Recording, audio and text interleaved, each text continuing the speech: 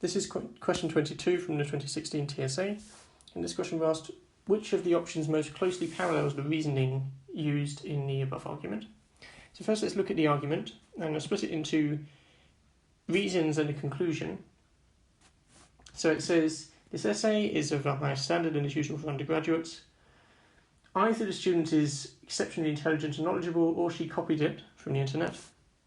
But her previous essays show no indication she's more intelligent or knowledgeable than average, so she's not especially intelligent.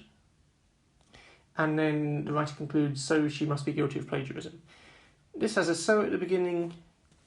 Clearly the rest is reasoning for it, so this is the conclusion. But we're looking at the structure of the reasoning, because we want to look at what parallels it. So let's look at the logical structure. Well, we get two possible explanations. We've got an either or.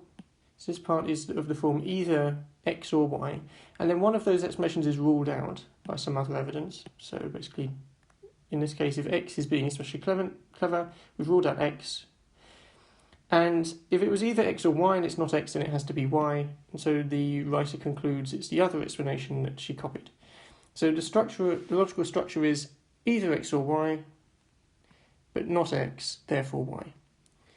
So now let's look at our options and see which of them can be put in that form.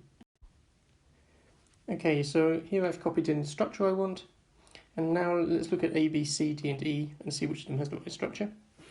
So A says the manager's spending a lot on holidays and so on, so they're probably stealing. So this doesn't have an either or statement, so that's not going to be the answer. B says the partner's given flowers, they're feeling guilty. They must be feeling guilty because they only give flowers on a special occasion or when they're feeling guilty and it's not a special occasion. So this has an either or statement. It's either a special occasion or they're feeling guilty, and it rules out one of the options, so then it's not a special occasion, and it concludes they're feeling guilty. So actually this does have the right form, it's just in a different order. Here we had the either or first, and then the not x second, and then the therefore at the end. This puts the therefore at the beginning, and then has the either or, and then the not. But the logical structure is still there. So that's looking good, but it is slightly out of order, so if we find something that fits the structure better, then maybe we'll conclude that. So we'll look at the other options. C says, my daughter cooked and washed up, so she must want something. Well, this doesn't have an either or, so that's not the answer. D says, the Prime Minister admitted a member of the Cabinet took bribes, and there's sort of an implicit therefore. It doesn't say therefore, but it looks like they're concluding the next sentence. Either he has his own reasons for getting rid of the colleague, or knows the evidence is too strong to be able to deny it. So we've got this either or, but in this option we don't have the not x, so we're not then ruling out one of these options and concluding the other one. The either or is treated as the conclusion, and so this is of a different structure, and that's not the answer.